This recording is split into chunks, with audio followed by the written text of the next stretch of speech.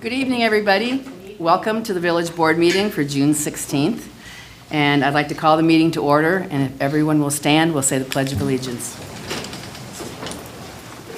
I pledge allegiance to the flag of the United States of America and to the republic for which it stands, one nation, under God, indivisible, with liberty and justice for all. And I would like to introduce Reverend Kevin Werner from the Risen Savior Lutheran Church in Manteno. Thank you. He will do the invocation. Thank you, Mayor. Let's pray. Heavenly Father, Lord of life, we praise you. We thank you for all of your good gifts. We especially thank you for our faith in Jesus. We pray now that you would continue to bless your public servants whom you have selected and chosen to govern over us. We pray that you would bless them not only tonight but throughout their tenure, and we pray that you would enable them to rule and govern according to your will and good pleasure. Bless the citizens, too, of Manteno with goodness and blessing, which only comes from you. We pray this all in Jesus' name. Amen. Amen. Thank you, Reverend Werner. Yeah, thank you. Roll call, please. All right. Barry? Yes. Boudreaux? Here. Vaughn? Here. Crockett? Here. Getzky? Here. Simbelman? Here. And the mayor? Here. Are there any additions or deletions to the reading of the agenda? Seeing none, how about the minutes? Are there any changes or corrections or a motion for approval? I'll make that motion. The motion is by Boudreaux, I'll second. seconded by Zimbelman. Okay. Boudreaux? Yes. Zimbelman? Yes. Barry? Yes. Vaughn? Yes. Crockett? Yes. Getzky? Yes. Thank you. Public participation. The first speaker is Francine Fatima.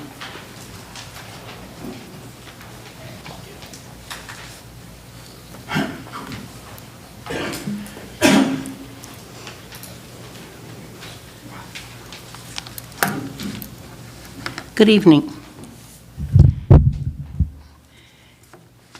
Paul Motel, the chairman of the Plan Commission, has stated that there can be a domino effect of the impact on decisions made by village leaders. Paul has also stated, I think it's important to look at the bigger picture when you consider a facility or an entity or an operation, where it's going to go and how it would impact everyone in the community. I reference this for the Goan issue. So we see 333 Spruce.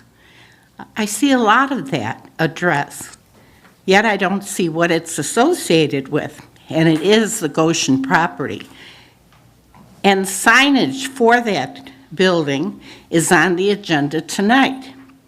It needs a variance, which means a size that is not approved as of yet by the village. So it's other than the standard approved size.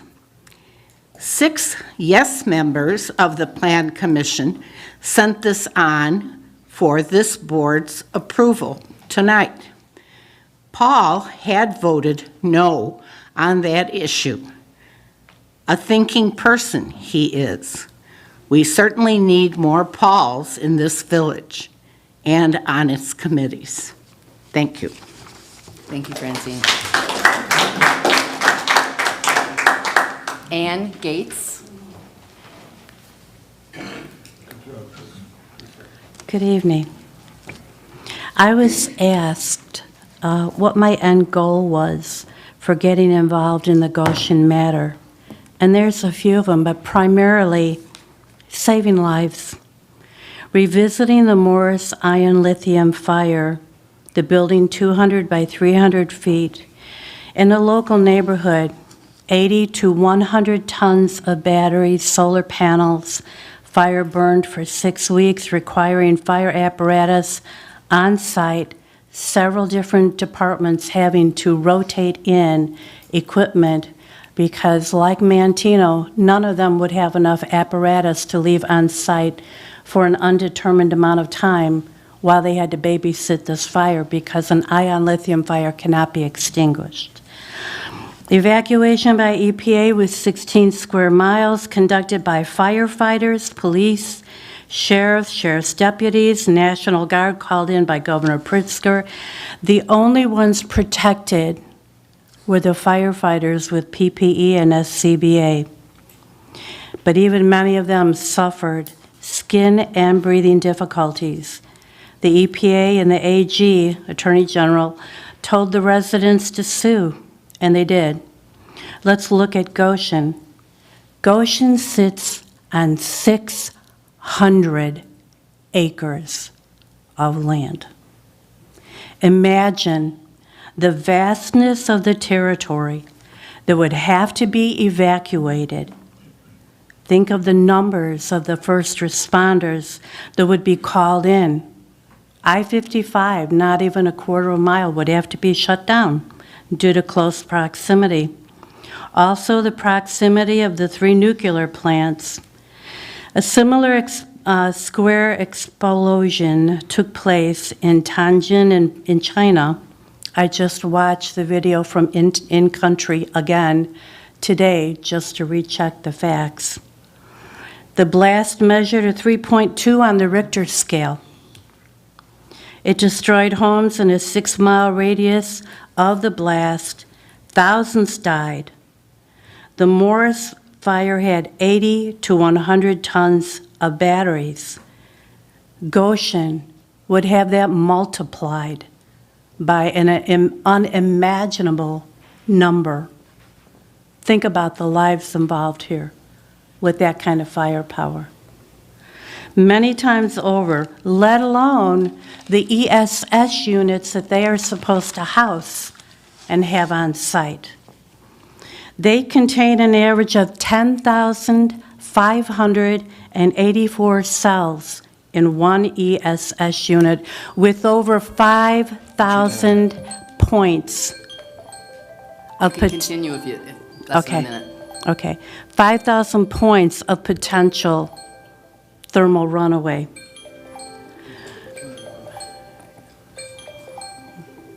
Like they often say, I'll reclaim my time.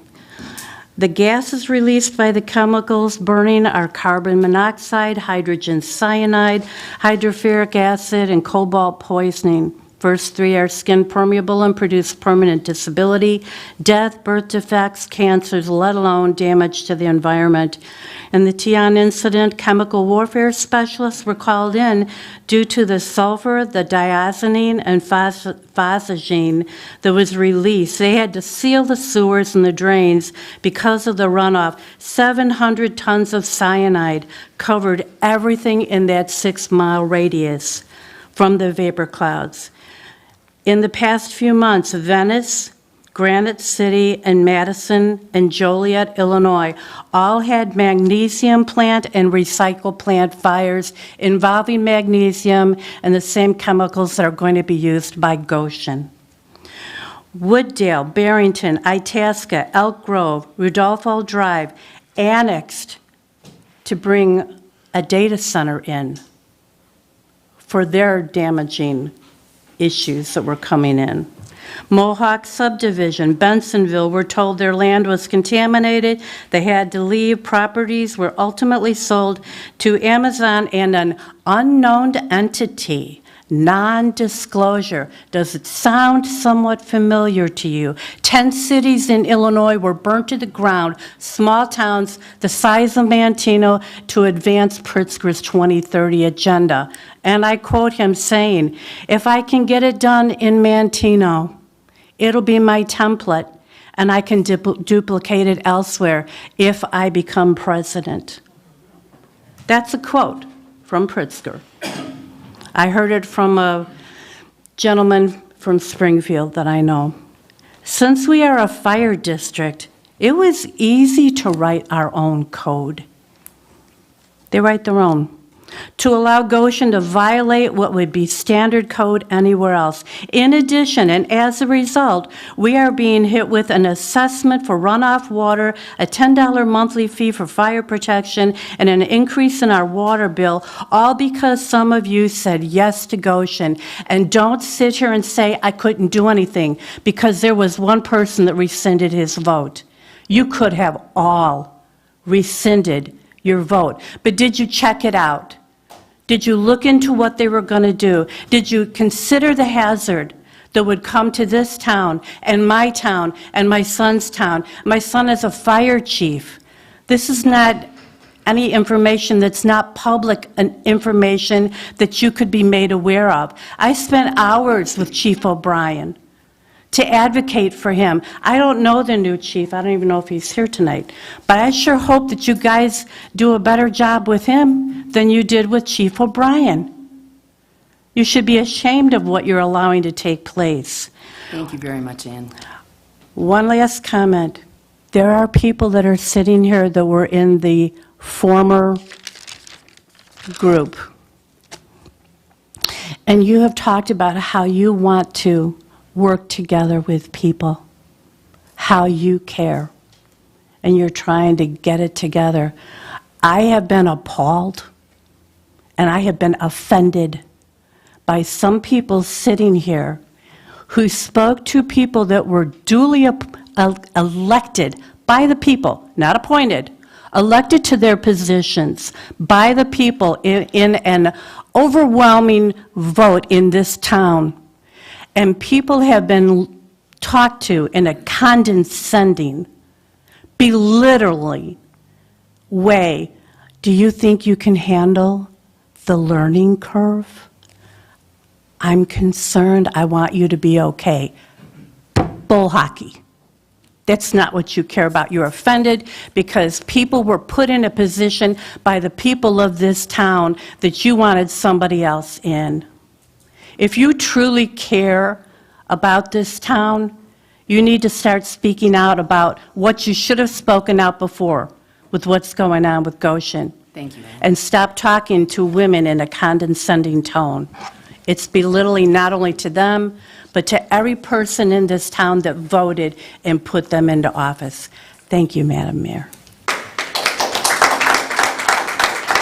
next speaker is Bob Forsythe. It was nice to see that the people that were supposed to be at the public safety meeting never showed up. Shows how much you care. Mike was here, Peggy was here, Annette was here, Chris LaRock was here, police chief was here, but what happened to the rest of you? You don't care? Joel, you sit here as if you're still, like you think you're the mayor. And you know, I'm getting tired of seeing you sit there like that. And your attitude toward everybody else, you stuck it to us before when you went after Wendell and you had him resign early so you could appoint somebody else. Because your words, we have to control the board. And then you talked about wanting to get together and you want to mend matters. You're not mending matters. You're dividing it even more. I just can't believe that you sit here. I mean, if you were elected, if you had to run for trustee, you wouldn't have got elected either. I find it very sad that you sit here and you try to act like you're the king. You look like Buddha. And then we have, and you know, I thought about that $40,000 that Mike found. You've been paying this stuff out. You don't ask questions. But you know what? I got two guys sitting in here right now that when I asked about trees, you know what I was told? It's not in the budget. But you got $40,000 to piss away on stuff that doesn't even matter. You don't even know what you're paying for. And you've been doing this for how many years? And you want people to respect you? You got to be kidding. You're an insult. You shouldn't even be here, Joel.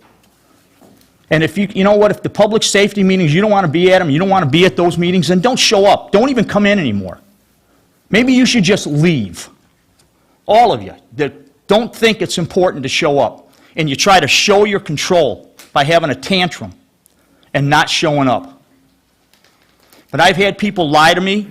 Remember, you get more with honey than you do by saying anything else. Well, you know what about honey? I'm not kissing anybody's ass because I ask a question. And you guys have done it in Iraq. You've been there too.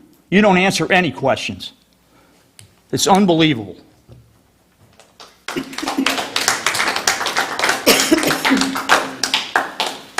All right, reports from village officials, and I will begin with the president's report. I have an appointment of Chris LaRock. He will be a board member of the Kankakee County Convention and Visitors Bureau, and I believe he's attending a meeting tomorrow morning at 11 o'clock, right? Yes. Thank you for doing that, Chris. We did ask all the trustees, and everybody's got such busy schedules that none of us were available for that. The next thing on the agenda is a motion, a consideration to appoint Tiffany Thompson as the village attorney. And I would like Tiffany to come to the microphone. Tiffany is a resident, born and raised in Manteno. She lived here and went to high school here, and now she's living up north. She's an established lawyer. She's working for a company called Kavanaugh, Grumley, and Gorbold, LLC. And Tiffany, I'd like you to tell us a little bit about yourself and your experiences. Thank you, Mayor. I appreciate your time, everybody here. I am a local Manteno girl. I grew up here. My family's been in Manteno for at least 3 generations, and I went from K through 12 here. My family still lives here. My mom lives just outside of town, as do my brother and sister, and I'm honored to have been asked to speak here tonight. I have a genuine love for this village. I would be honored to work with the village to provide legal representation for them. My firm, KGG LLC, traces its roots back to 1874 when its predecessors began advising railroads and local farmers, so pretty similar to Manteno here today. We pride ourselves on investing the time to get to know our clients and their businesses and listening closely to their concerns so that we can work collaboratively to develop effective and efficient strategies to address their needs. Our clients range from individuals to families, mom and pop startups, to governmental institutions and Fortune 500 companies. We have extensive municipal and government law experience representing numerous communities and districts throughout the Chicagoland suburbs. Among others, we currently serve as general counsel to the Forest Preserve District of Will County, Washington Township, Village of Monee Fire and Protection Commission, highway commissioners for Peatone, Washington, and Will Townships, and we serve as counsel to the Joint Plan Commission and Zoning Board of Appeals for the City of Marseilles. We've also served as special counsel for numerous other municipalities, and many of the attorneys have also represented other municipalities before they came to KGG, myself being one of them.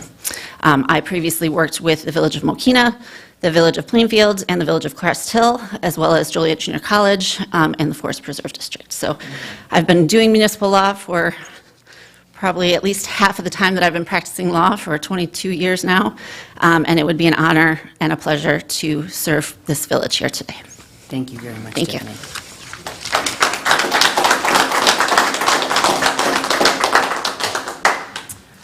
I have an announcement, and I'm going to call on the police chief, Al Swinford. You need a motion. Oh, I do. Second, and a vote to appoint her. Okay.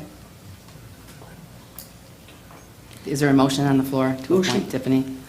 Motion made by Peggy Bowen, seconded by Mike Berry. Vaughn, Yes. Barry, Yes. Boudreaux, No. Crockett, Getzky, No. Zimmelman, No. Work together, boys. Same old shit. All right, Ridiculous. let's move on. Nugent's watching, he's probably laughing. Al Swinford, could you talk about the upcoming scooter rodeo? Yeah, if you've been watching any of our meetings the last few weeks, or Never change. following our online post, we've identified multiple times. Summertime started, school's out, a lot of scooters, a lot of bikes on the road. We've had some close calls with accidents, so we wanted to do a little education for the kids with scooters, so we're gonna put on a little, I don't know, for better lack of term, scooter rodeo. We did it years ago with bicycles, and it was kind of well intended, so we're gonna have a little scooter rodeo that just teaches a little safety, a little obstacle course, get some food and some prizes away, so I think it'll be fun. And hopefully educate some of the kids, show up and they're not driving a little safer, follow some rules of the road. We've had a lot of talks about the kids being on the streets in Manteno, and maybe Chief Swinford, you can guide us. Should we call the police department as soon as we see something?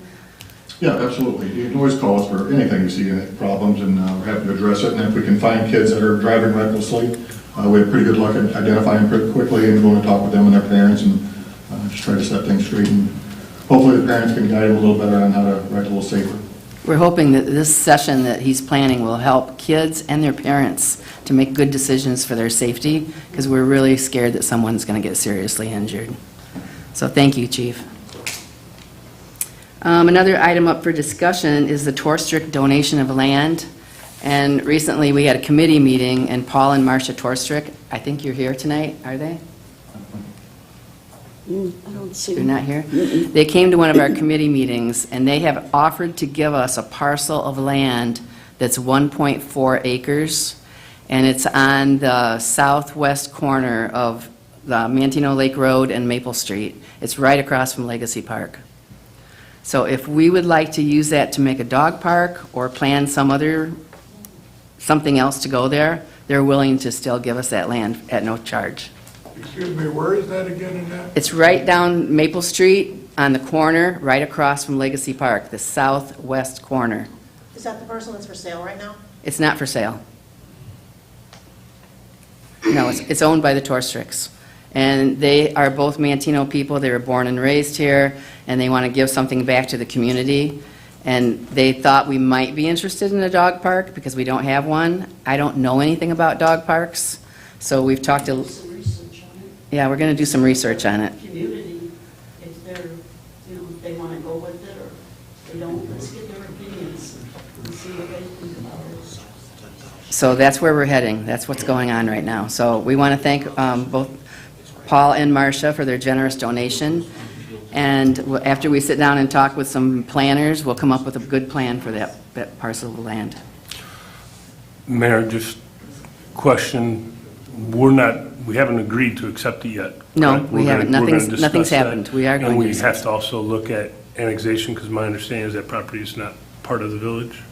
That is true. So maybe we could put it on the next park committee meeting to sit and talk with them. That's a very good idea. Thank you. Thank you. I have no other business, old business or new business. So the village administrator, do you have a report? Chris Larac? I have nothing this evening, Mayor. Thank you. Committee reports, Trustee Barry. Thank you, Mayor. Old business on the agenda, none. New business on the agenda, payment of the bills totaling $182,785.78, including TIF bill number 3, $0. Bills authorized and paid between board cycle, $64,085.51. The next finance committee meeting would be Monday, July 21st at 5 p.m. here in the village boardroom. And that's all I have. Thank you. Planning and zoning, Trustee Boudreau. Thank you, Mayor. No old business, new business, 2 ordinances. Ordinance 2505, an ordinance approving a special use permit from Title IX zoning, Chapter 10, special uses permitted. Article number C32B, vehicle rentals in FB1 zoning district for the property located at 707 North Locust Street.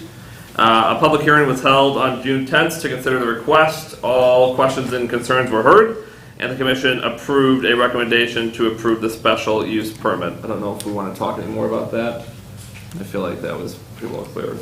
And then ordinance 2507, an ordinance granting variances from sections 91314 and 91315 of the Manteno Municipal Code to permit 2 signs to be erected on the principal building located at 333 Spruce Street, Manteno, Illinois, each having areas greater than the maximum and heights greater than 15 feet off the ground.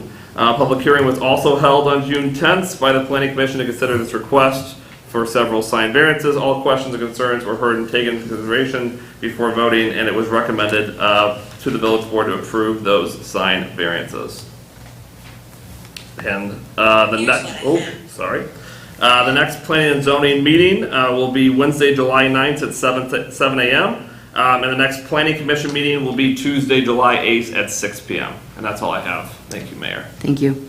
Public safety and health, Trustee Vaughn.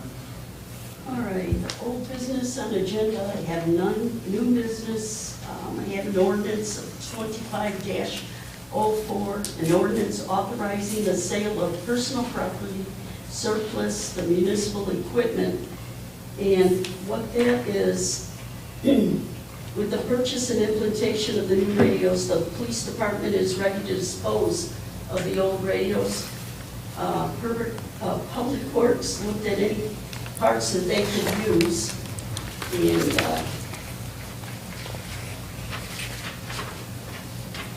some of the batteries to replace their older ones, several smaller. Oh, sorry, but okay. Oh, that's much better, isn't it? Several smaller communities expressed a need for those updated radios, and the board will decide whether to donate them to their cause. Any remaining of our radios will be sold if they don't accept them. Yeah, as you said, we replaced our portable and mobile radios this year, and so we need to surplus them to be able to do something with our old ones. A couple of communities have expressed some interest that it would be an upgrade for them to get our old ones. So a few of them might be donated in that way, or the other option would be to sell them. There's some agencies that are switching systems in other counties that could use them as well, so that we could sell them for whatever we can get them. Either way, we need to surplus them. Okay. Is that it?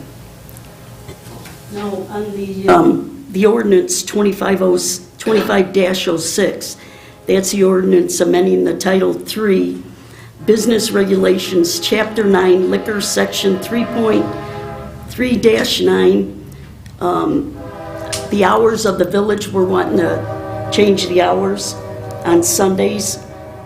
We have them now at 11 o'clock where they can start, selling the alcohol. Like to change it to 8 o'clock in the morning on Sundays with the gaming allowed also. So we talked about that at the last meeting that we had.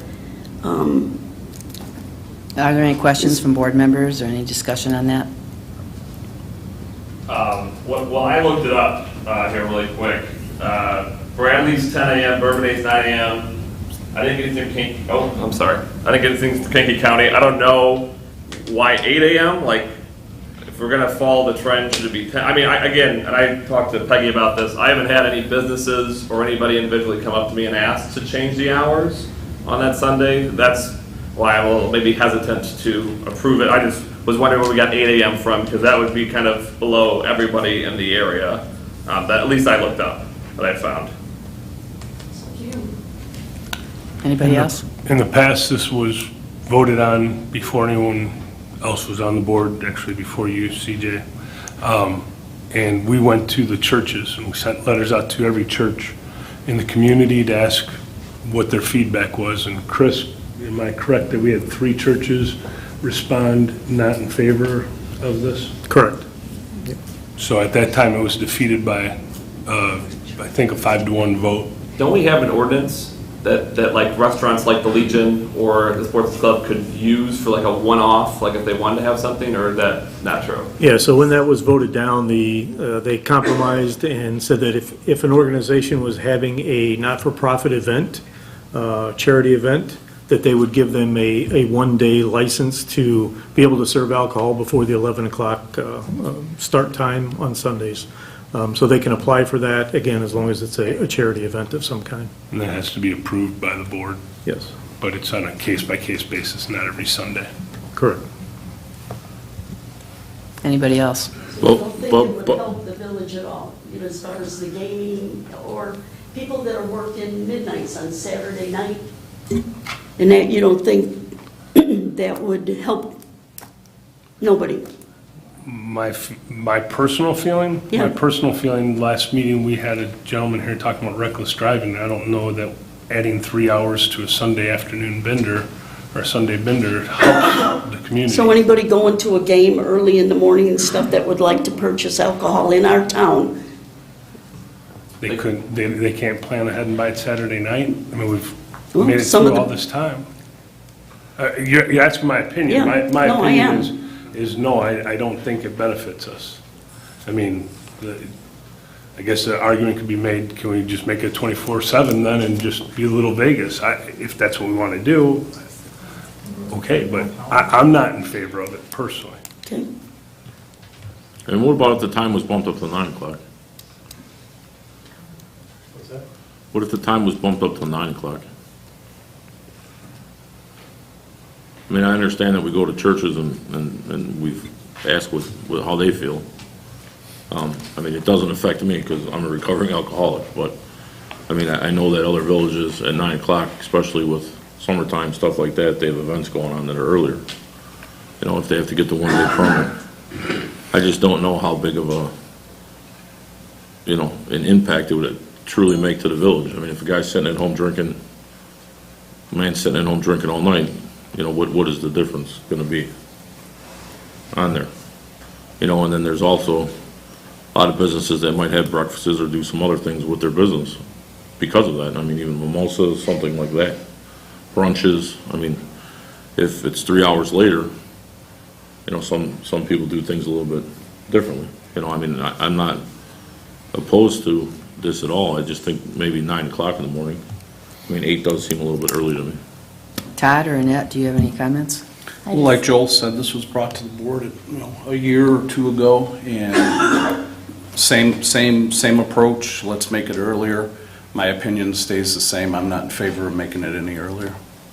Okay, Annette? I'm not in favor of it either. I'm in church at that time, and there's plenty of time for people to get alcohol during the week for their event on Sunday. If they can't wait till 11 o'clock, then, I mean, I don't.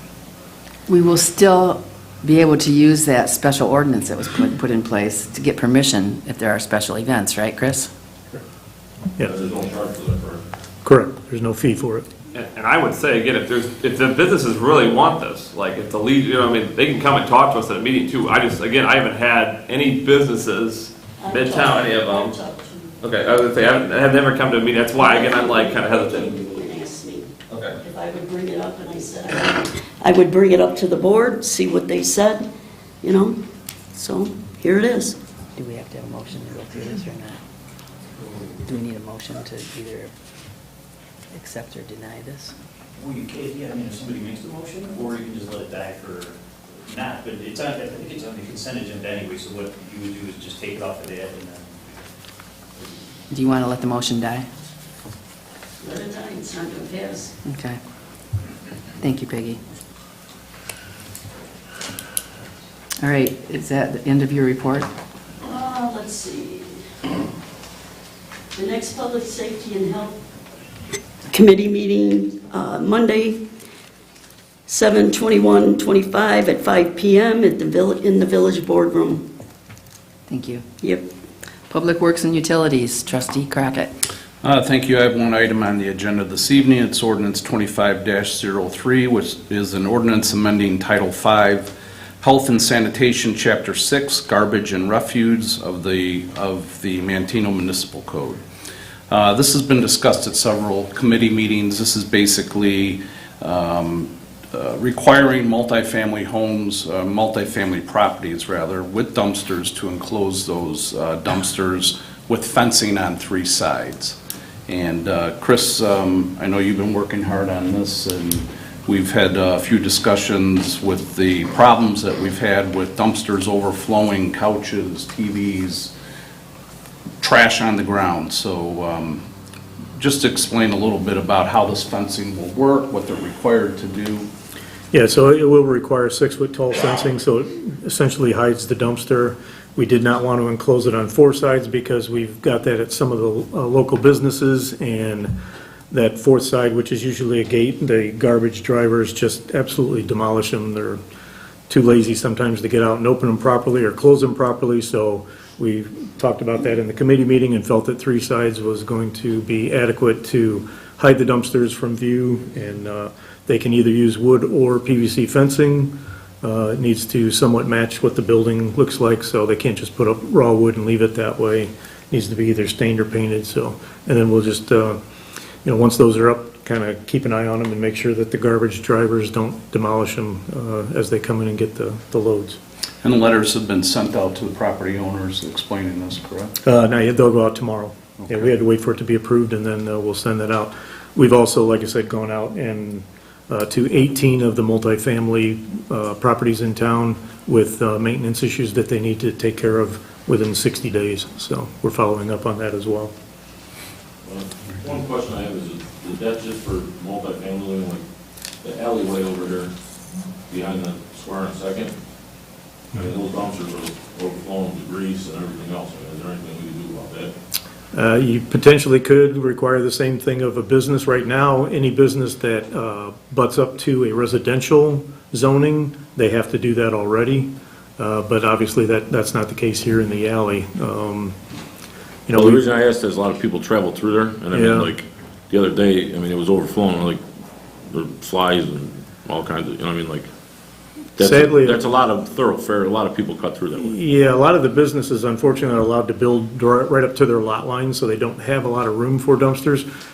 We, years ago, when we kind of started the whole square on Second, we kind of did some brain work and tried to get some kind of an option where we maybe did a common dumpster and enclosed that so that all the businesses could use it. It didn't get received well by the businesses. They don't want to have to walk, very far to throw their garbage away. So we did look at some alternatives. We just were not able to come up with a good one. But in terms of the overflow, the ordinance that we had before this entire chapter was kind of old, so I just redid it, with the additions of the fence. But it does speak to overflows and requiring businesses and multifamilies to at least do one removal of a dumpster every week, and requires more if they're getting full or they're going to overflow. So that's at least handles the overflow. Yeah, no, I appreciate that. Like with the grease, like, I know. And anytime anybody sees a dumpster overflowing, by all means, call Village Hall, let us know. We're out and about a lot, but don't catch everything, obviously. So if you see something like that, but, anytime we get calls sometimes for furniture that's been left out there.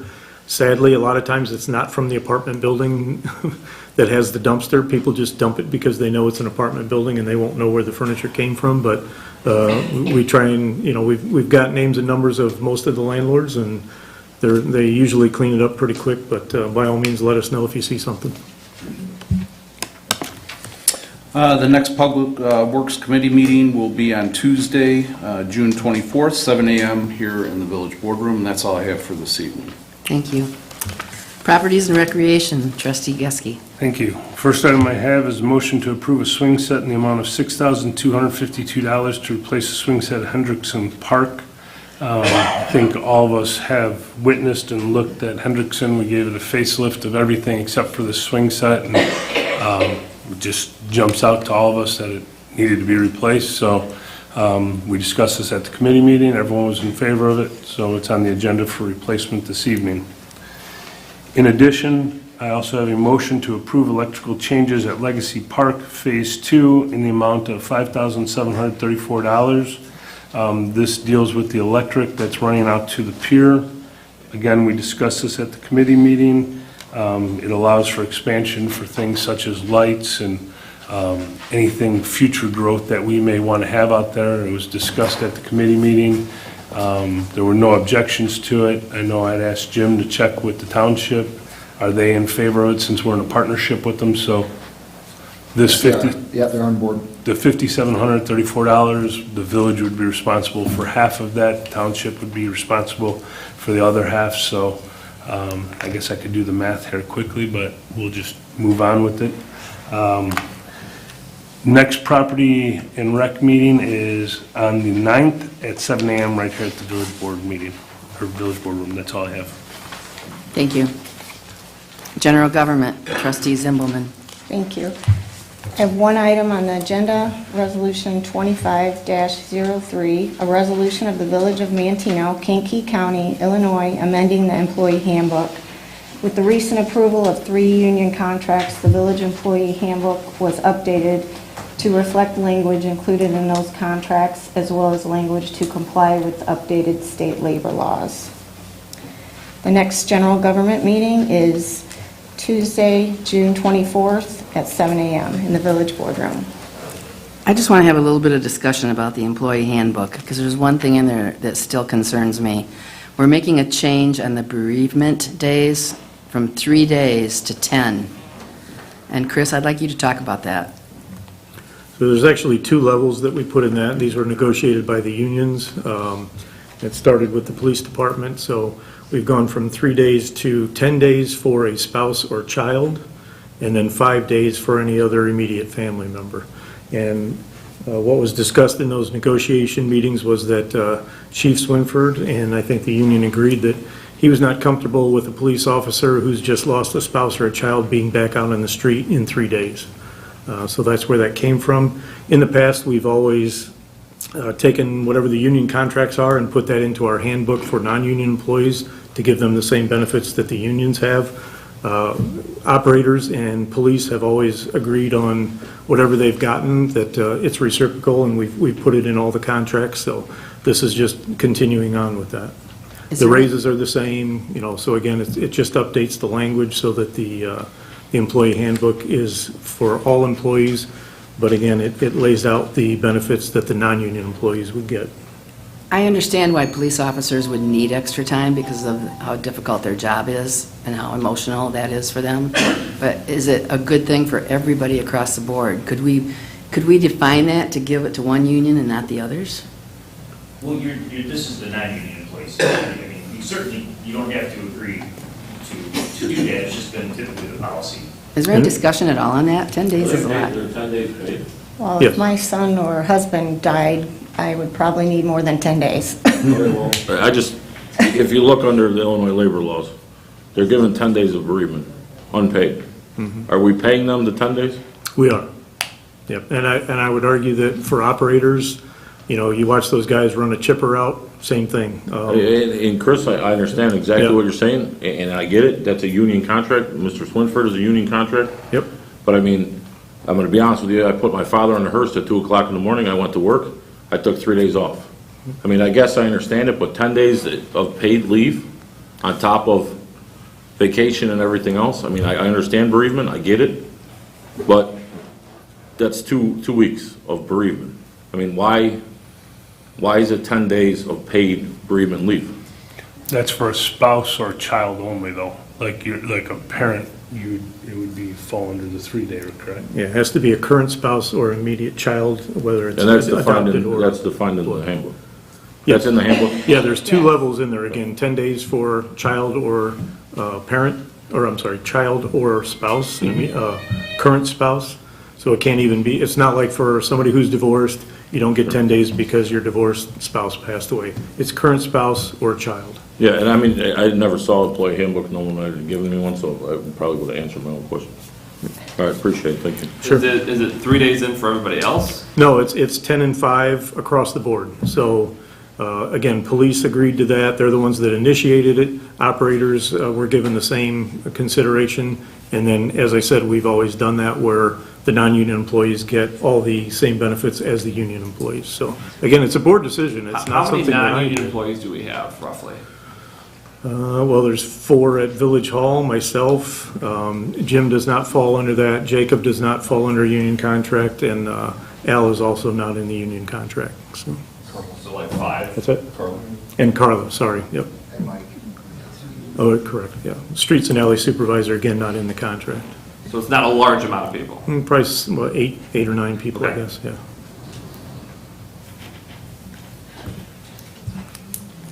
All right, any more discussion? All right, first of all, there's a few things we're going to be taking off of the voting tonight, but the consideration to have a single roll call vote on the passage of agenda items as designated. So first, we should decide which ones are being taken off. So number 1 is being taken off.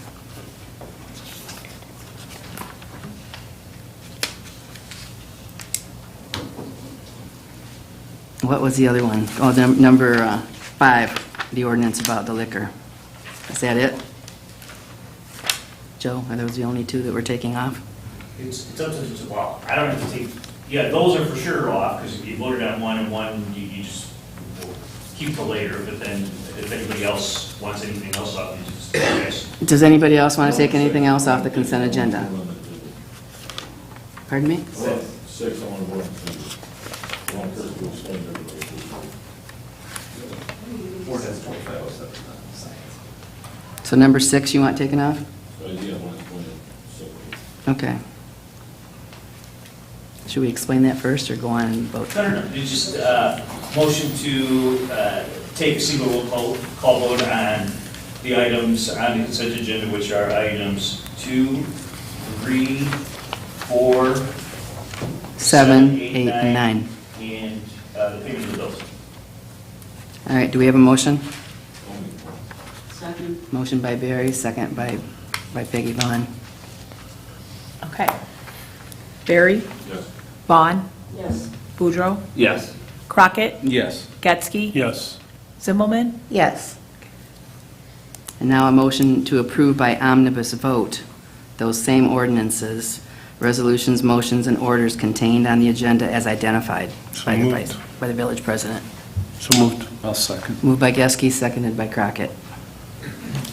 Okay. Getzky? Yes. Crockett? Yes. Zimmelman? Yes. Barry? Yes. Boudreaux? Yes. Vaughn? Yes. All right. So now we're going to talk about ordinance number 6. You're asking for more Chris, if you information? could just explain to everyone, I know that we have talked about the size of the signs and everything else, and where the signs are being placed, and, you know, what the codes are, and so on and so forth. Sure. So because we don't have a lot of industrial in town, we don't have separate sign requirements for industrial. It simply references to go to the commercial requirements. And obviously, we allow up to 64 square feet for a sign on a commercial property. As you can, I mean, the Goshen building is obviously 40 feet tall, so much larger building because we don't have separate requirements for industrial. The main sign that they want to put on the northeast corner of the building is 24 square feet bigger than what we allow, which is, again, is the 64 square feet. The second one that they want to put up is on the east side of the building, and it's the G logo that they have, but there's no other verbiage to it, it's just the logo. Both of them will be significantly higher than the 15 feet that we maximize the height for. Again, on a commercial property, 15 feet is more than adequate. On a building that size, it's obviously not. So it's not a corner lot, so therefore they're only allowed one sign. So the variances are the height, one sign being bigger than what we allow, and allowing technically 2 signs on the building. Both of those signs are attached to the building, Yes. so they're not outside on the corner, or Right, they're no. attached to the building. Nothing, they'll both be on the building, and they're both lighted. Yeah. Yep. Any other discussion or questions? All right, can I have a motion to accept that ordinance? I'll make that motion. A second. Motion made by Boudreaux, seconded by Zimmelman. Okay. Boudreaux? Yes. Zimmelman? Yes. Barry? Yes. Vaughn? No. Crockett? Yes. Getzky? Yes. Okay, motion carries. Comments? Annette, do you want to go first? Sure. Would you, any of you like to tell us how your visit went out at Goshen?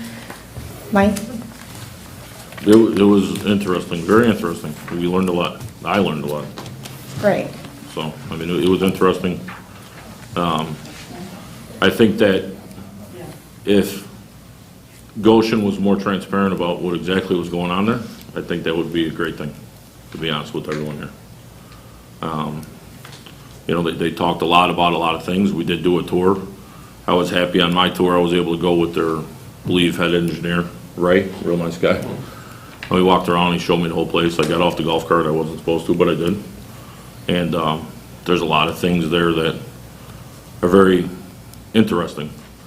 And I definitely think it would benefit everyone in this room. I think it would benefit Goshen. I think it would benefit the residents to see exactly what's going on. And I think at that point, you would know, because you would know exactly what's going on there with the safety precautions and everything else.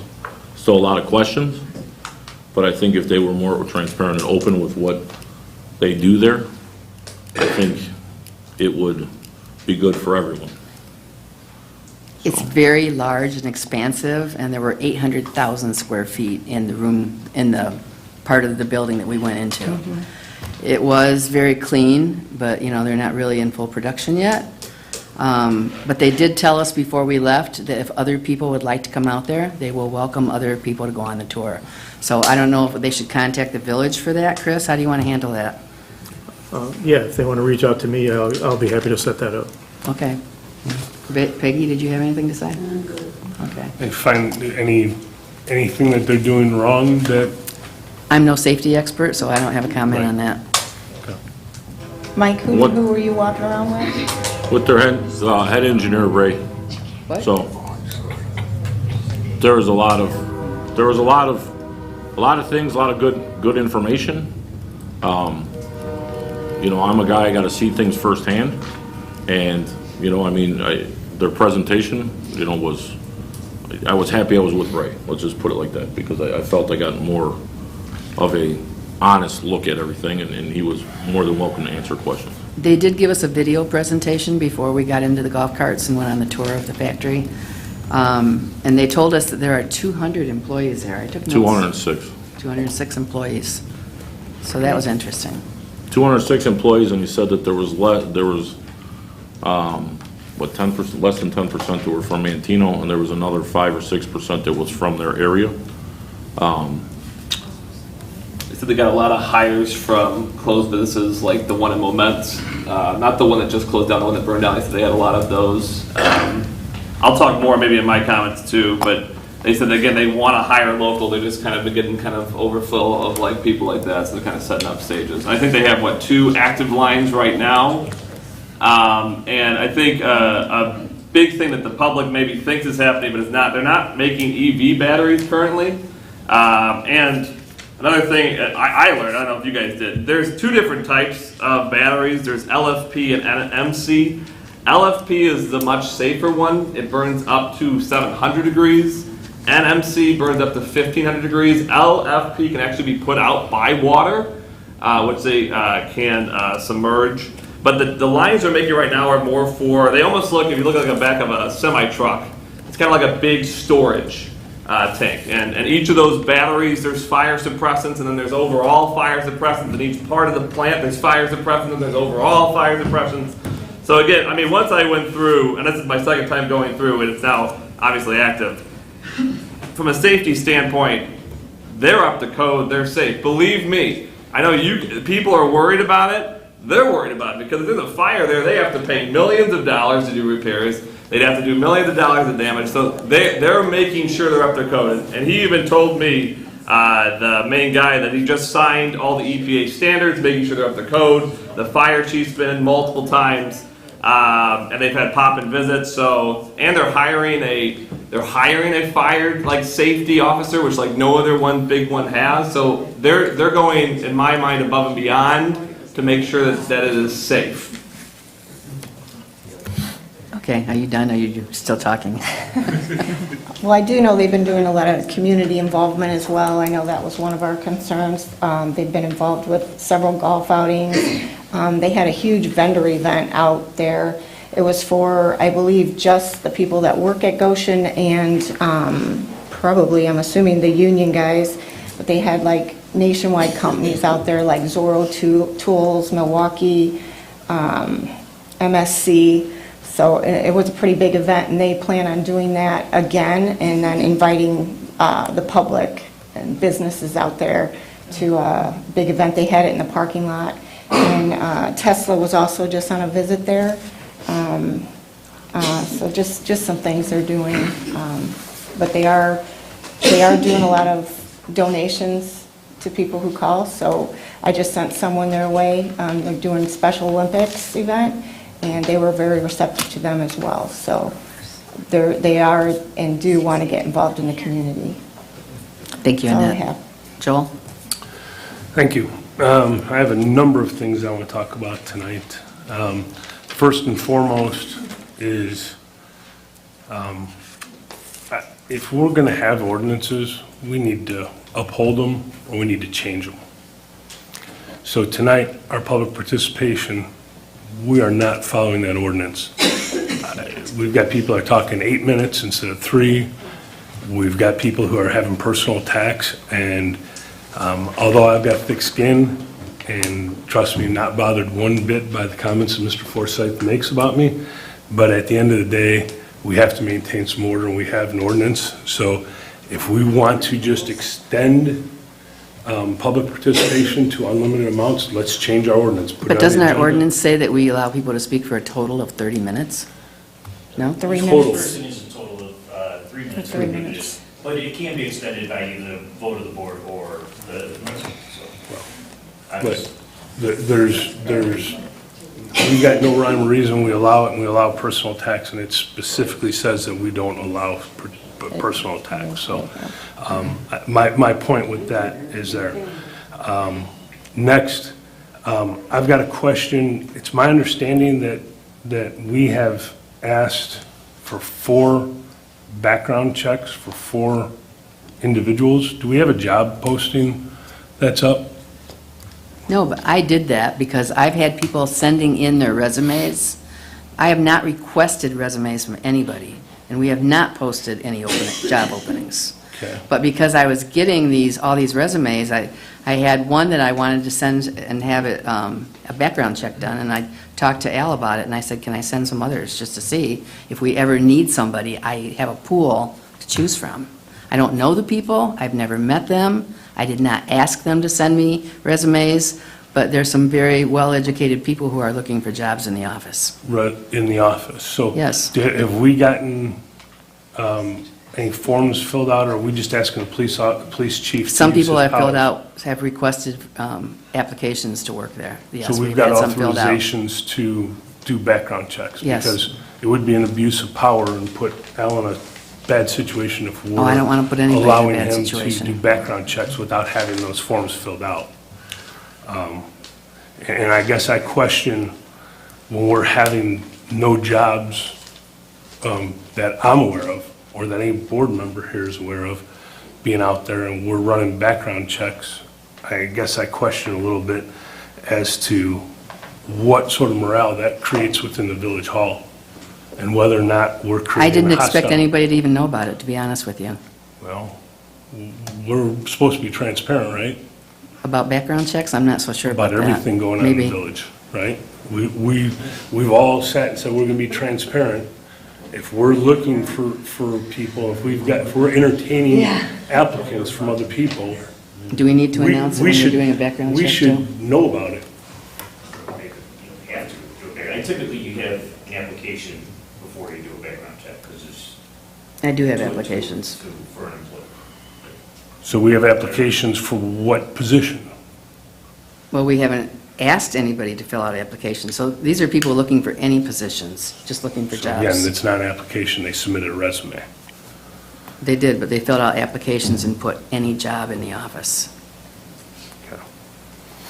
Next item is Chris's contract. It's my understanding that that has not yet been signed and delivered to him. He has it, he has it.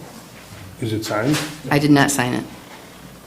So I guess the question I have is, first, the village board voted on and approved the contract. You vetoed it. We then overrode the veto and then amended the contract to make everyone comfortable with it. With that contract not being signed, do we need to do anything or take any action, or is it automatically in force? No, the mayor didn't veto it. It's a valid contract, irrespective of their signature being on it. Okay. Well, I guess I would ask the question, why hasn't it been signed then? I wasn't comfortable signing it.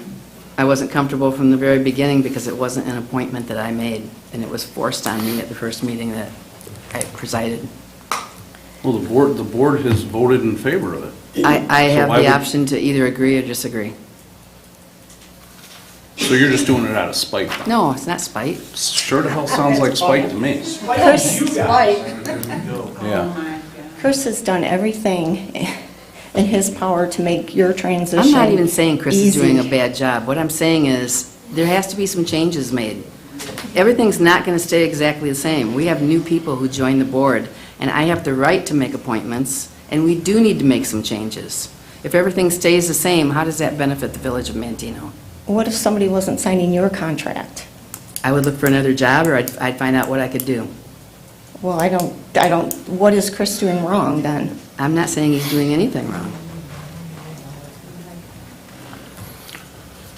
So the next item I have is, Chris, can you tell me how many FOIA requests we've had since the first of the year? Do you have an approximation? I think this year so far, we've had 58 total ones. How does that compare to your tenure that you've had with the village? How's this? Well, obviously, year-to-date? it's increased quite a bit. In 2024, we had 111 total.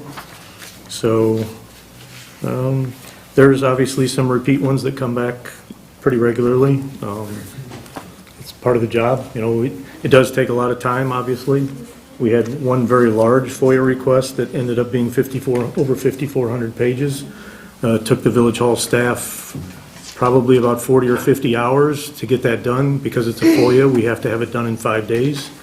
And while we're doing that, we also have to do the jobs that we're supposed to be doing. So it's a burden on time for some cases, but again, it's part of the job and we do it. 5,400 pages. Mm-hmm. So if we have 50 man-hours, what sort of expense is that? I'm not sure. I mean, it's a lot. Let's just put it that way. I mean, obviously, village hall staff, again, it included everybody. All four and myself worked on it all week to make sure we got it done in time. Who requested that? We got a letter from Mayor Lamore requesting that. And am I not correct that after getting, you gave her all 5,400 pages? We did. And since then, you've been asked duplicate times for the same documents? A couple of them, yep. Well, there's a reason for that, because all those pages... That's a very good question. What is the reason for it if you were given 5,400 pages of documents? Because why do we have to ask for it again? They were stacked up very high, and there was so much inside there, it would have taken me several days to read through everything to find what I was looking for. Nothing was divided up, nothing was bound with clips or folders. It was all stacked up. But you asked for it. I did, but I had no idea how many pages that was going to be. Do you not see that repeating this is creating a hostile work environment? You are positioning the village in a bad... Joe, hostile for who? That is, when you ask for that information, you're given it, and then you ask for it time You know what, and Joel? time again. When you're sitting in this chair, you can decide how you want to handle it. That's the way I did it. Well, I requested the I'm sorry, information Mr. I Moore, wanted. I'm sitting in this chair, and I have the right to question you about documents that you request. As you need to understand, we're here to work together. And the last month, I've been trying to work with you, but in the last 2 weeks, we have not. The train has seemed to have derailed. We've got to be better about it. The last thing I have is under finances, and this is just a matter of the property tax rebate. We have not discussed that when we took office, or when everyone was appointed. We had made mention that it was not included in this year's budget. I'm going to ask that we put it on the next committee meeting to discuss it, to implement, and actually have our next village board meeting to continue our tax rebate program to be voted on by the board, because people in town are asking if they're getting a tax rebate, and we haven't done anything. We have to move forward with it, because this can't happen overnight. They have a lot of documents to go through in order to approve it and issue checks, so. Great idea. Put it on a committee. I asked Chris to put it on general government. Is there anything else? That's all I have. Thank you. Todd? Well, obviously, you could cut the tension with a knife in this room right now, but I'm really, I don't quite understand how some things are being done so far. Maybe they will improve and maybe they will change. But tonight, we were asked to appoint a new attorney. I had to call you last week and ask you why. Had no idea that we were even talking about a new attorney until I called you, and your response was, well, we just need to make some changes. I have tried to contact everybody, and I'm sorry if I didn't call you earlier, but I've tried to make contact with all the trustees because I would like to change attorneys. And it's nothing at all personal against Joe Kankar or his law firm. But the only answer I got from you was we need to make changes. We do need to make some And my response to changes. you was all changes are not good changes. But if we're asked to appoint a new attorney when we've had one for over 20 years. 23 years, that as a we've matter of fact. never, to my knowledge, have ever had an issue with. This lady comes in, this is the first time that I heard anything about her She's come to every qualifications. meeting. She seems like a very nice lady, a very qualified lady, and the fact that she's from Manteno, I love that fact. Okay, we always want to support local people and local businesses. But when we get maybe a 5-minute presentation to appoint a new attorney, that's just very bizarre. I don't understand what the purpose of that is. She's been in the office more than once, twice, and I have invited some of the trustees to come in. And I'm sorry you didn't get notice a week ahead of time. And last week when we talked, you told me that you were going to set up a time for me to did. meet her at Chris- 3 o'clock last Thursday. Never heard another word back. Chris Larac sent out email information to you for me. I asked him to do that. Okay, well, why wouldn't you make us aware of this? Why didn't we discuss this at maybe a committee meeting, which we've done for years? I mean, you were on. Perhaps the that board. would have been a good idea. I just didn't think of it. Well, these are the things that are leading to all of this stuff going on over here. And you have to be held responsible for that. You're creating some of that. Okay? So, like I said, maybe things will change, maybe they will improve. But I think you need to take a close look at how some of these things are being presented. I am not like the previous mayor, and I may not do things the way that you think they should be done, but I am doing the best I can, and I'm trying to be very open and forthright with everybody. Well, in her defense, I think you should have given her the opportunity to at least introduce herself to the board and made her pitch. The only pitch she had was 3 to 5 minutes right here. How do we as a board make a decision? I hope you understand that point, right? Okay, that's my point. I may bring it back again. And that's all, that's my point. Thank you. Peggy? CJ? Okay. I did get a chance to meet with Tiffany Thompson. Again, I felt like she is very qualified. There's just 2 reasons why I didn't really feel the need to replace right now. One is that we are currently in litigation. The village is currently being sued, and to my knowledge, it's currently cost us $118,000 so far.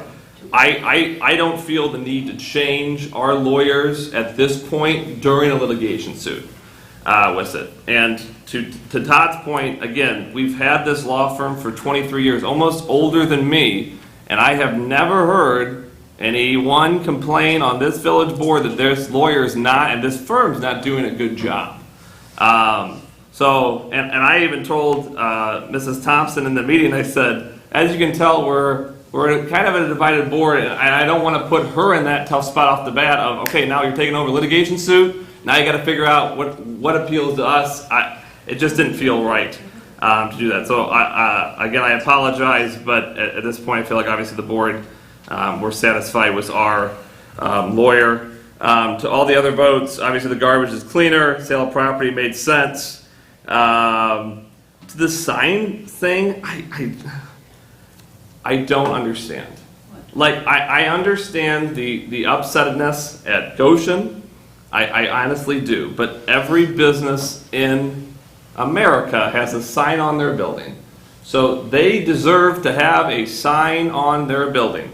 And yes, it has to be bigger because we do commercial. And at our presentation at the Planning Commission, they said, we wanted to sell them a sign 5 times as large.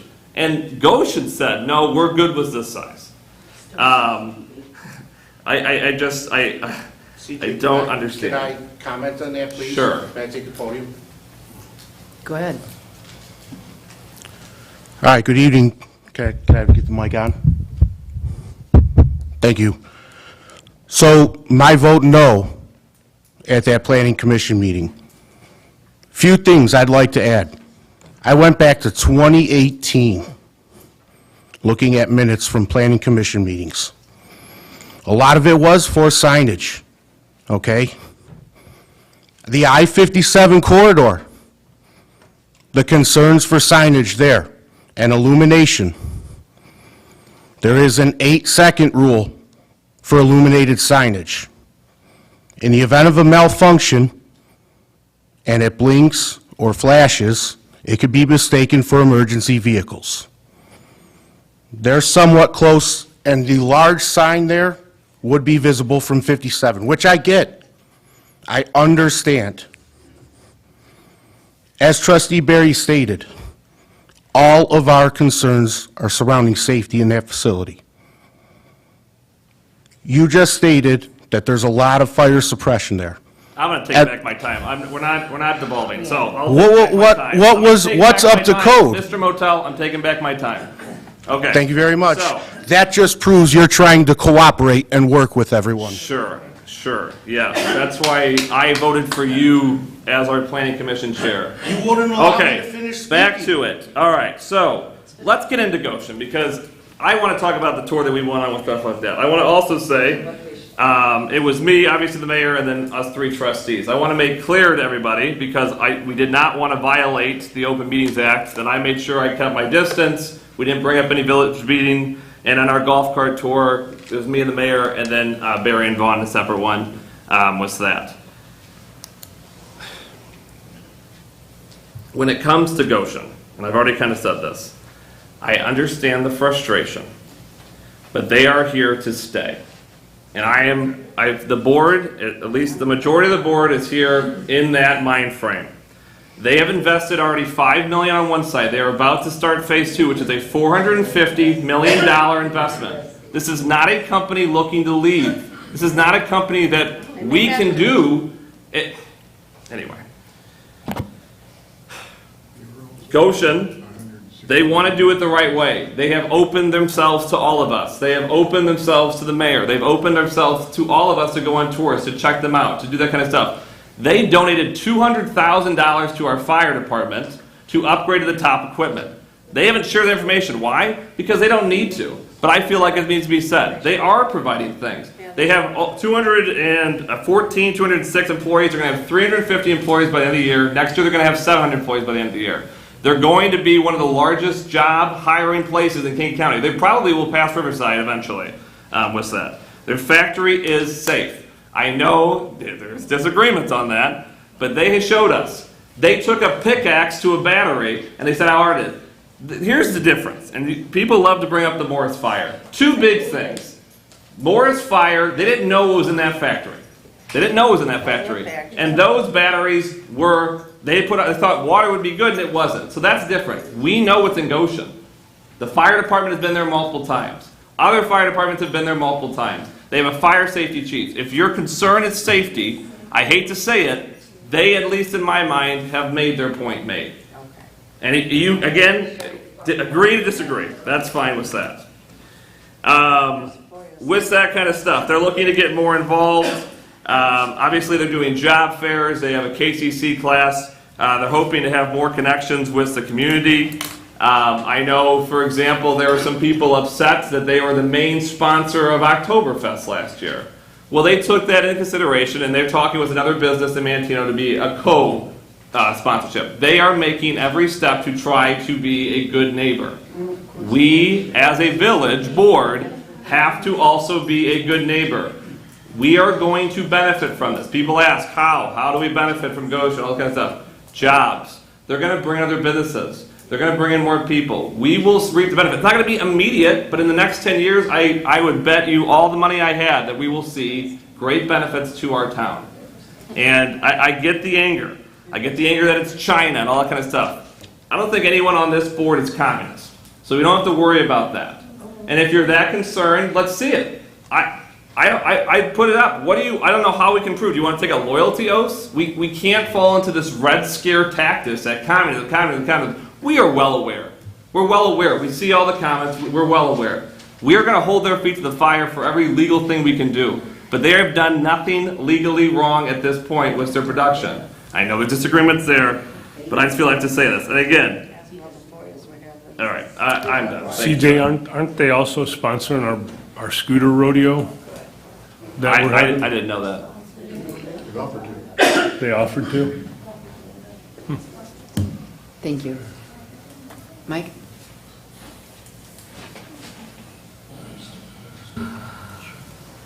Couple things. I'm new to this, okay?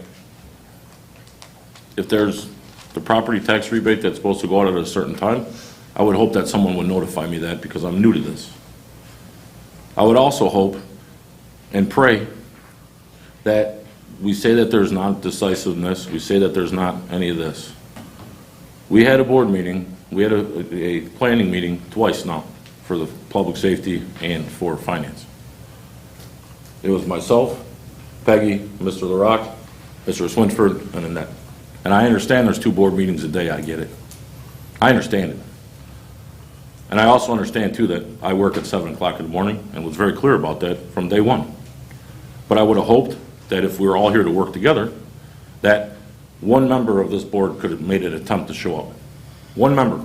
So we could have had a quorum so that we had people here that are willing to donate land for the village to do anything we want. And they didn't even get the common courtesy to have that because we didn't have a full quorum of people here. Everybody works in this room. Everybody. Some people work 9 to 5, some people work 6 to 6, some people work 4:30 in the morning until 7 o'clock at night. But they make time because they were elected to do that. Most of us here were elected to do that. We were elected by the people to do that. And they're expected to take initiative or take some type of initiative into other things. I mean, we come to everyone else's meetings when we can.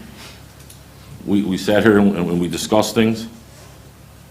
I don't think it's a real good look that the last 2 meetings that we've had, the only 3 people that have been here is our party, or us. I don't think it's a good look, and I don't see how that's going to help the community. I don't see how that's going to help bring the board closer together. I don't. And is there a lot of things I want to say about Goshen? Yes, I do, 150%. But I'm going to keep that to myself. Because the problem is at the end of the day, I've heard a lot of promises come out of their mouths. And when they start acting on their promises, maybe it'd be a different story. I got told they were going to donate a Rivian police car to the police department. Don't see it. I see 7 Rivians sitting out in front of that place, though. They want to be a good neighbor. They talk about being a good neighbor. They talk about being a good neighbor. And that's great. I don't see it. What I do see is that this board, there's 100% definitely a divide. I didn't want to come into that like this. We had a conversation today. You asked my honest opinion about it. And I told you my honest opinion. And Mike, just to be clear, the finance thing with the taxes, you shouldn't know that. I mean, honestly, this is new, and it's not that wasn't a dig. I just said I wanted to get on the agenda for us to, if something like that is, move forward. You guys have been here a long time. Yeah. We're new. Everybody on this side of the table is new. 100%. There's something that we're doing that's not right, or there's something we're doing that we have to have a time frame. Of course, 100% we want a tax rebate. And that's why some people accuse us of trying to be the mayor. We're not. We're trying to help you because, as you said, you have not sat in these seats. Mm-hmm. And when I was in your shoes 20 years ago, I had no clue, honestly, what we were doing the first year, right? You're just kind of learning. And by all means, that's why I just said, let's put it on the agenda to have it done. Because people are calling the village hall, and I wanted them to know that we are going to move forward, put it on the agenda. And that's fine. But I mean, I don't want animosity towards certain people on this board or certain people because of the way that the election went. It seems like we're all trying to move on. I mean, if anybody in this room is trying to move on, it's me. And I'm not going to go into that with this whole thing. I'm trying my best. I'm trying to suck on my pride and do what's best for everyone that's in this room and everybody that's outside this room. So if you're going to come in here with animosity because you're pissed off about something that happened during the election, that's not going to work. It's not going to work to anybody in here. We might not always like what we say. We might not always like what we do, but at the end of the day, we have to come together as a group. Because this is gonna get us nowhere. This is gonna waste your time, my time, her time, everybody's time in this room. And it's not fair. It's not right. There's things we're gonna agree on, there's things we're gonna disagree on. That's the way the world rolls. But at the end of the day, come to a common ground. And don't make it a common ground because you have animosity or you're upset about something that was said or presented or everything else. If I worried about what everybody said about me and my family and everything else, I would be a very sad person in life. My whole focus of this conversation was to discuss a couple things. Is the scooter and the bike safety and all the rumors and all the stuff that's going around on Facebook about how we're tackling kids down to the ground and we're doing this and we're doing this and we're doing this. Just to be clear with everybody, there's the two gentlemen, two kids that are riding their bikes and almost hit myself, my wife, and my son driving down Division Street, are 17-year-old kids from Bourbonnais. And then what they do is they call it a bike out or whatever they call it, where it's cool to ride your bike in the middle of the road down the street. I stopped that gentleman, and I'm not going to tell you what he told me, okay, to my exact face. I tried to follow him, and he ran behind, over there, close to 57. The bike safety, the police, the updating of the police is the simple fact of it is it's public safety for everybody. IDOT does details, Will County Sheriffs do details, every town around here do details. Now we're up increasing the police. No, we're not. We're keeping everybody accountable for the way that they act and their actions. This scooter thing and this bike thing, at the end of the day, use common sense. I mean, my 11-year-old son knows that if there's 10 people in front of PJ's, not to ride your bike on the sidewalk. Okay? But my 11-year-old son also knows not to ride a wheelie down the road, and then the police stop you for the third time, and you look at him and you tell them to go F themselves. Why are kids on bicycles, scooters, mopeds, anything at 11:30 at night? Why is a 10, 12, 13-year-old kid out at 11:30 at night?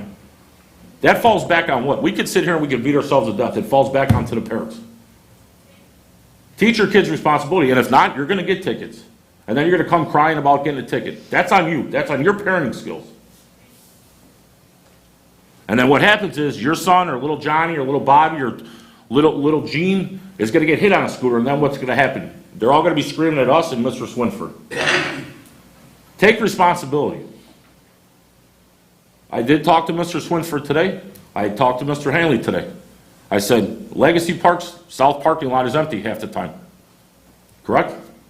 If those kids want to go over there and do wheelies and they want to do their things, go over there and act like that. That's a wide open parking lot we spent a lot of money on. Go do your wheelies and all your stuff over there. There's also a skate park, bike park. Skate park down the block. But the problem is that it's certain, and I want it to be known that it's a certain group of kids. It's not every kid. We're not out to get every kid. There's a certain group of kids. And when your kids disrespect adults and parents and law enforcement, I guarantee if that was my kid, wouldn't be good. That's a problem. That's the issue. It's not the police's fault. They're not picking out people. They're not doing this. They're stopping people because of safety concerns. The same people that are on Facebook screaming about that guy scrolling down the street 100 miles an hour will be driving down the street at 50 miles an hour, not even thinking. Mike, just to piggyback on what you're saying from our conversation earlier, you want to talk a little bit about the bike paths or the walking paths? Secondly, the bike paths or walking paths, they're for bikes and walking. Okay? There's been a lot of misinformation, and a lot of kids have been told by adults, this is a walking path, get your bike off the walking path. It's for bicycles, not motorized scooters, for bicycles. That's why we spent all the money for the bike pathing system. So I think the tensions are high with this whole safety concerns and everything else, but you know what? That's what needs to be done to make our community safe. It needs to be done. Just like people that need to lock their doors at 9 o'clock. It's a sad state of affairs that you need to lock your doors because of things that happen in this town. We're doing the best. Mr. Swinford is doing the best he could do. And I'm going to tell you something. I've heard compliments and I've heard people bash my head in about it. And so is Peggy. And we're doing our jobs. But going forward, I just think that if we're all gonna be on the same page, we're not gonna get anything done if it's always gonna be 4-2 vote, 4-2 vote, 4-2 vote. The signage at Goshen, I'm gonna tell you, I researched it, I looked at it. On a building of that size, when we went out there, I looked at it again. An 84 square foot sign on a 40-foot tall building is nothing. Is nothing. They're not putting a marquee with flashing lights going over there. They're putting a sign. That's nothing. So I think we need to pick and choose our battles on what truly what it means. And I think, like I've said to several people here, I think the transparency of the Goshen thing from day one, and I was told by their people from Goshen on Thursday, it was handled incorrectly 150%. Do I think it's going to change anybody's opinion? I don't know. But I'm a person, I want to see the facts, I want to see the stuff, and I want to see it up front. And they're more than willing to do that. And I'm going to hold them in the fire like that. And I walked out there and I told them both, I will hold you to the fire for this. And I think a lot of that stuff that is going on in there, once someone goes and witnesses and sees it and sees how they're doing things, you might have a different opinion, you might not have a different opinion, but at the end of the day, they showed you the facts. They showed you what they're doing there.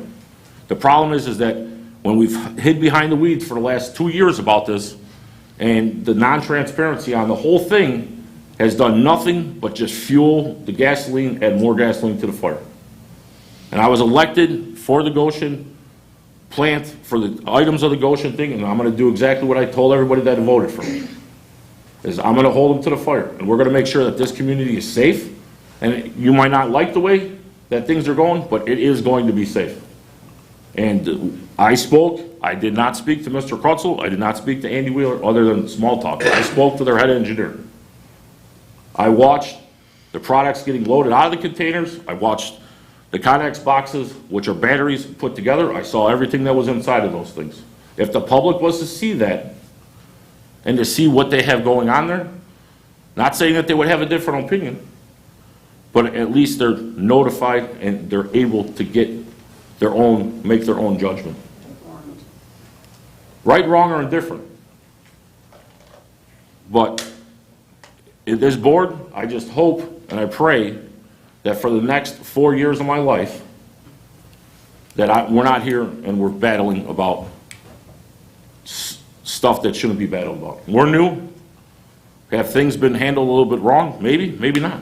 But I do know that you did send out an email for Mrs. Thompson, for everybody to come and meet Mrs. Thompson. I know that for a fact. I received the email. Chris sent it out. I received it from Mr. LaRocque. I did. So if people don't want to make time to at least look at the other side of it, then that's fine. That's your choice. That's your opinion. Thank you, Mike. Thank you. I didn't mean to skip over Jim Hanley and Jake Knox. Which one of you wants to speak first? I don't have anything. I think Jake definitely does. Jake, you have events coming up, I know. We do, thank you. So tomorrow we've got our fire show at the square from 5 to 9 p.m. and Manteno Cruise Nights again from 6 to 9 p.m.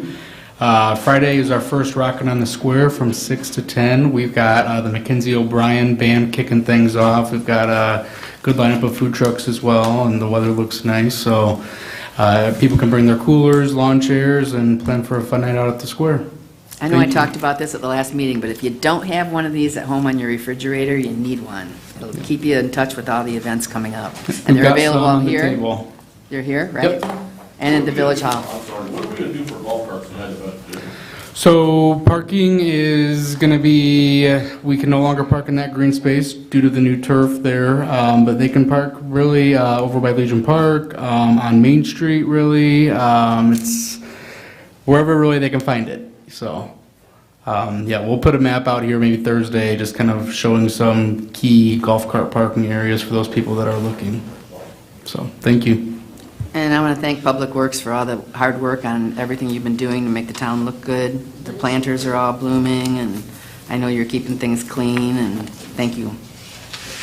And the mowing got done, the mowing that some people forgot about. Not us, but some of the businesses forgot.